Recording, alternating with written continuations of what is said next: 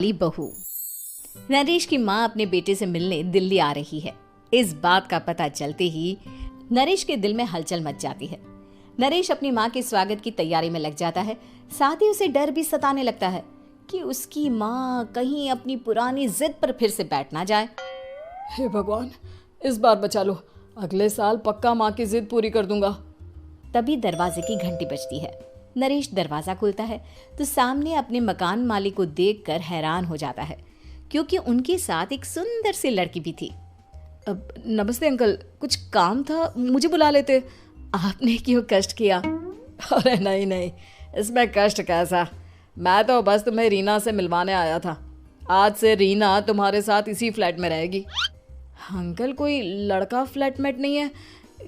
एक अनजान लड़की के साथ रहना मेरे लिए थोड़ा अजीब होगा। देखो नरेश, मैं तुम्हें पहले भी बता चुका हूँ कि इस फ्लैट में तुम्हें किसी ना किसी के साथ एडजस्ट करना ही होगा, या फिर तुम अकेले पूरे फ्लैट का किराया दे दो, मैं किसी को नहीं रखूंगा। नरेश अपने मकान मालिक की बात सुन के रीना के साथ रहने के लिए तैयार हो जाता है, पर अंदर ही अंदर उसे ये बात खाने लगती है कि वो अपनी माँ को क्या जवाब देगा जब उसकी माँ रीना के बारे में उसे पूछेगी। दिन बीतने लगते हैं। नरेश और रीना अच्छे दोस्त भी बन जाते हैं, पर अभी भी नरेश अपनी प्रॉब्लम का सलूशन नहीं ढूंढ पाता। एक दिन नरेश बहुत परेशान सा बैठा होता है। तभी रीना उसे पूछती है, क्या हुआ नरेश, तुम काफी परेशान लग रहे हो, सब ठीक तो है ना? हाँ, सब ठीक है, बस एक छोटी सी प्रॉब्लम है। वो एक्चुअली 2 दिन बाद मेरी माँ मुझसे मिलने आ रही है। अरे, तो इसमें प्रॉब्लम क्या है? ये तो खुशी की बात है। हाँ रीना, बट मेरी माँ एक जिद लेकर बैठ गई है कि मैं शादी कर लूँ, पर मैं अभी इस चीज़ के लिए तैयार नहीं हूँ।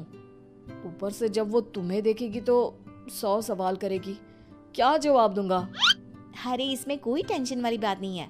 मेरे पास ना इस प्रॉब्लम का सलूशन है, जिससे ना तुम्हें शादी करनी पड़ेगी और ना ही तुम्हारी माँ मेरे बारे में कुछ पूछेंगी। रीना की बात सुनकर नरेश सोच में डूब जाता है।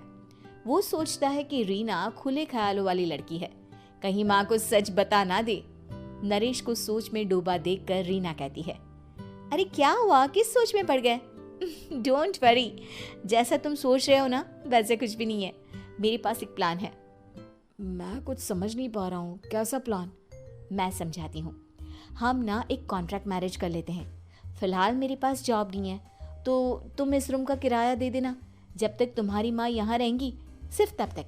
और तुम अपनी माँ से कह देना कि मैं तुम्हारी पत्नी हूँ, इससे वो मेरे यहाँ रहने पर कोई सवाल भी नहीं करेंगी। अरे बात तुम्हारी ठीक है, पर माँ से झूठ बोलना, ना ना बाबा, मैं ये रिस्क नहीं ले सकता। कोई और आइडिया दो ना तुम। देखो, मंजूर हो तो बोलो, वरना सच बता दो, मुझे कोई प्रॉब्लम नहीं है। रीना की बात सुनकर नरेश सोच में डूब जाता है। बहुत सोचने के बाद जब उसे कोई रास्ता नहीं मिलता तो वो रीना के बताए हुए रास्ते पर चलने के लिए तैयार हो जाता है। वो रीना से बात करता है और अपनी माँ की पसंद और नापसंद के बारे में बताता है। रीना भी नरेश की सभी बातों को ध्यान से सुनती है, ताकि कहीं उससे कोई गलती ना हो जाए। आखिर वो दिन भी आ जाता है जब नरेश की माँ उससे मिलने दिल्ली आ जाती है। नरेश अपनी माँ को फ्लैट पर लेकर जाता है। जैसे ही नरेश की माँ फ्लैट के अंदर जाती है, रीना उसके पैर छू लेती है। ये देखकर नरेश की माँ थोड़ी घबरा जाती है और नरेश से पूछती है, अरे बेटा नरेश, ये कौन है? माँ, ये आपकी बहू रीना है। माफ़ी चाहता हूँ, सब कुछ इतनी जल्दी में हुआ कि आपको बता ही नहीं पाया, इसलिए सोचा कि क्यों ना आपको सरप्राइज दिया जाए। अरे बेटा, मैं तो बस तेरा घर बसा हुआ देखना चाहती थी। हाँ, बहुत अरमान थे अपनी इकलौते बेटी की शादी को लेकर, लेकिन कोई बात नहीं, शायद किस्मत को यही मंजूर होगा। ये कहते ही नरेश की माँ रीना को गले लगा लेती है। रीना बेटिया, मेरा बेटा ना थोड़ा नादान है, पर तुम काफ़ी समझदार लगती हो, और मैं जानती हूँ कि तुम इसका बहुत अच्छे से ध्यान रखोगी। माँ, आप चिंता मत कीजिए, मैं सब संभाल लूंगी। नरेश की माँ अपने बहू और बेटे के साथ खुशी खुशी रहने लगती है। दिन बीतने लगते हैं। नरेश की माँ और रीना का रिश्ता बहुत मजबूत होता चला जाता है। वो दोनों सारा दिन एक साथ रहती और खूब बातें करती। इधर साथ रहते रहते नरेश और रीना भी एक दूसरे से प्यार करने लगते हैं।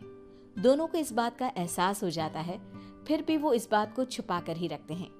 एक दिन नरेश की माँ और रीना शादी के बारे में बात करने लगते हैं।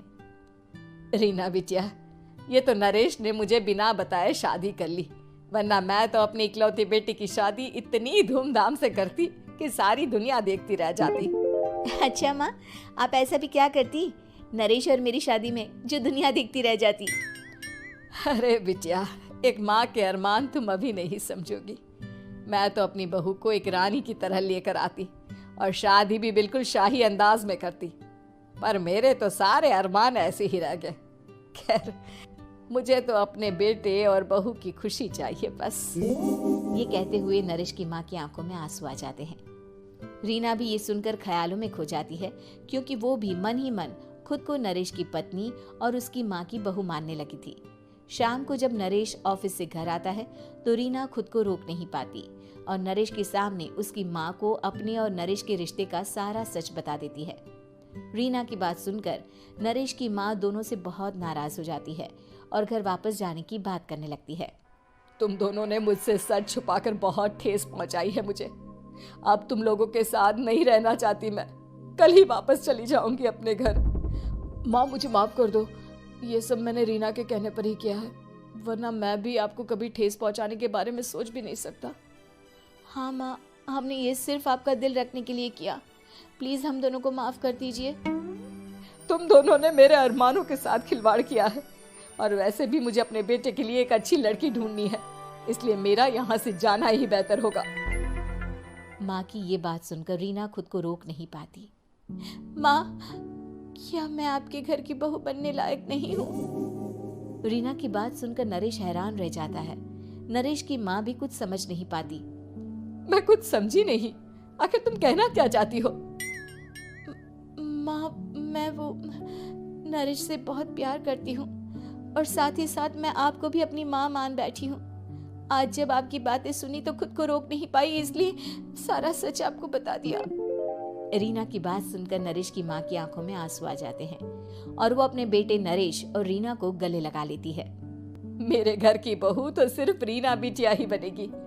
मैं आज ही तुम दोनों की शादी की तारीख निकलवा दूंगी, बस एक बार तुम्हारे घर वाले मान जाए। उसी दिन रीना के माता पिता भी उनके फ्लैट पर आ जाते हैं। दोनों परिवार आपस में बैठकर बातें करते हैं और शादी के लिए राजी हो जाते हैं। रीना भी कॉन्ट्रैक्ट फाड़ देती है और कहती है, सही मायने में मैं अब बहू बनूंगी, अब तक तो सिर्फ कॉन्ट्रैक्ट वाली बहू थी।